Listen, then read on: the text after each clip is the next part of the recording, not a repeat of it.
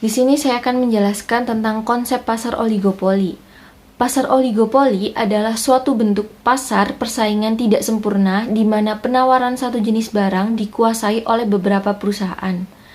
Umumnya, jumlah perusahaan lebih dari 2, tetapi kurang dari 10.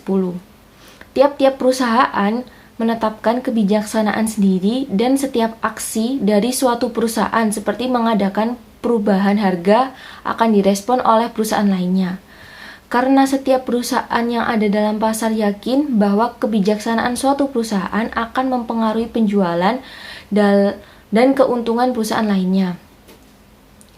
Dalam pasar oligopoli, setiap perusahaan memposisikan dirinya sebagai bagian yang terikat dengan permainan pasar, di mana keuntungan yang mereka dapatkan tergantung dari tindak tanduk pesaing mereka. Sehingga semua usaha, promosi, iklan, pengenalan produk baru, perubahan harga, dan sebagainya dilakukan dengan tujuan untuk menjauhkan konsumen dari pesaing mereka. Faktor utama yang menyebabkan terjadinya oligopoli ini adalah keberhasilan mengelola perusahaan sedemikian rupa, sehingga mempunyai skala ekonomi yang menyebabkan efisiensi dan keberhasilan dalam promosi penjualan dalam jangka panjang menyebabkan bertambahnya pangsa pasar.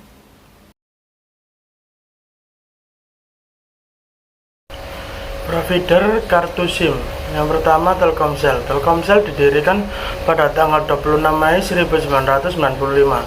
Sampai sekarang ini, Telkomsel adalah perusahaan sambungan Telkom seluler dengan paling banyak pelanggan, yaitu sebesar 178 juta pengguna di Indonesia. Dan yang kedua, Indosiar Ooredoo. Selanjutnya adalah Indosiar Ooredoo yang berdiri pada tahun 1967. Ketika itu, Indosiar adalah perusahaan penanaman modal asing pertama di Indonesia. Namun, ia beralih menjadi perusahaan yang menyediakan jasa telekomunikasi dan jaringan. Dan yang ketiga, TRI. Jaringan TRI di Indonesia dioperasikan oleh PT Hutchison TRI Indonesia. Markas pusat TRI berada di Hong Kong. Tak hanya ada di Indonesia, jaringan TRI juga meluas hingga ke Eropa, Asia, dan Australia.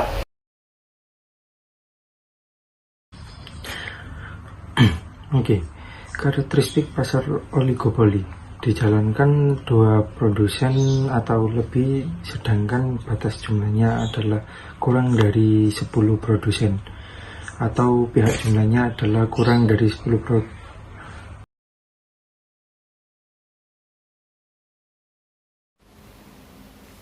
Implikasi efisiensi oligopoli dalam jangka pendek, meskipun merugi seorang oligopolis, lebih baik untuk tetap berproduksi sepanjang P lebih besar AVC. Dalam jangka panjang, perusahaan yang oligopolistik ini akan meninggalkan industri kecuali jika dia mampu memperoleh laba, atau paling tidak mencapai titik impas dengan mengatur skala pabrik optimum untuk menghasilkan tingkat output jangka panjang alias paling menguntungkan yang diharapkan akan terjadi.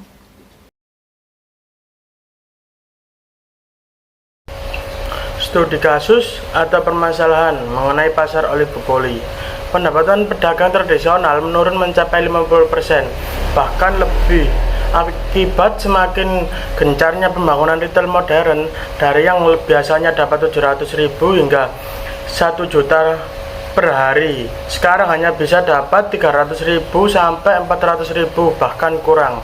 Tak terkecuali dengan kehadiran retail besar Carrefour yang pembangunannya selalu mengambil lokasi berdekatan dengan pasar tradisional. Selama ini lokasi retail modern seperti minimarket, supermarket, dan hipermarket kerap berdekatan dengan pasar tradisional.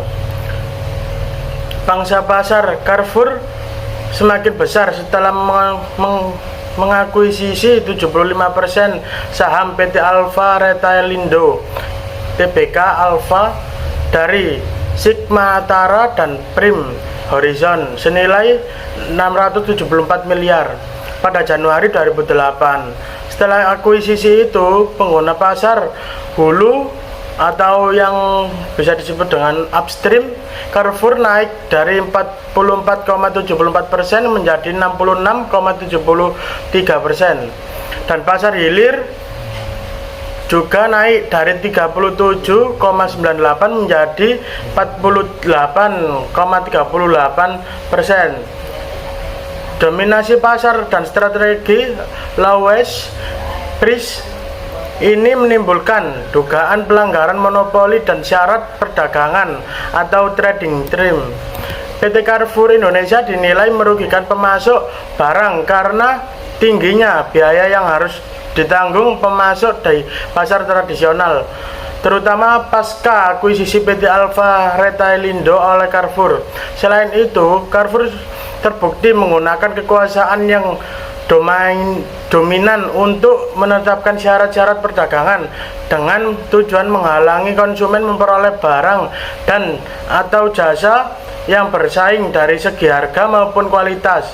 Hal ini berarti Carrefour terjerat pasal 25 ayat 1 huruf A. Selanjutnya masuk ke tahap problem solving atau solusi. Pasar tradisional seharusnya dibenahi atau bukan dibongkar lalu dijadikan supermarket. Kalaupun dibangun gedung, kenyataannya pedagang hanya ditempatkan di basement. Hal tersebut dikhawatirkan mematikan pasar tradisional dan pedagang kecil. Mengingat sebagian besar barang yang dijual hampir sama, sistem itu sering membuat pendapatan pedagang menurun sehingga berjualan di depan gudang. Akhirnya mereka pun dikejar-kejar petugas ketertiban karena berjualan di jalan. Kemajuan pasar tradisional juga akan menyerap tenaga kerja serta meningkatkan pendapatan asli daerah setempat. Oleh karenanya perlu adanya sistem perdagangan retail yang seimbang antara pemasok dan pengelola, pusat perbelanjaan, dan pasar modern dengan pengawasan atas eksistensi dan penerapan trading term yang tidak mengeksploitasi atau memberantakan salah satu pihak, khususnya pemasok. Terselenggaranya persaingan sehat di antara pengelola toko dan pusat perbelanjaan modern. Perlu ada ketegasan pemerintah dalam mengatur ruang gerak retail modern melalui pembatasan antara lain penetapan zonasi lokasi.